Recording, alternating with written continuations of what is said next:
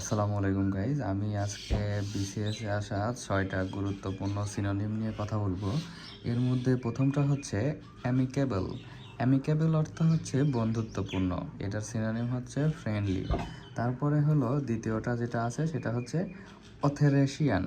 অথেরেশিয়ান অথেরেশিয়ান হচ্ছে কর্তব্যপরায়ণ।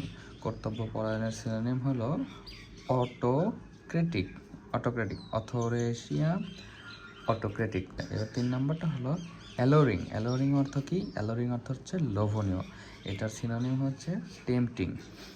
4 নম্বরে যেটা আছে সেটা হচ্ছে অ্যাপেন্ডেন্ট। অ্যাপেন্ডেন্ট হচ্ছে লেখার মধ্যে কোনো কিছু সংযুক্ত করা, তো এইটার সিনোনিম হতে পারে আপনার জয়েন্ট। অ্যাফেকশন জিনিসটা কি? অ্যাফেকশন হচ্ছে মায়া, মহব্বত, এই জিনিসগুলা। তো এটার সিনোনিম হচ্ছে লাভ।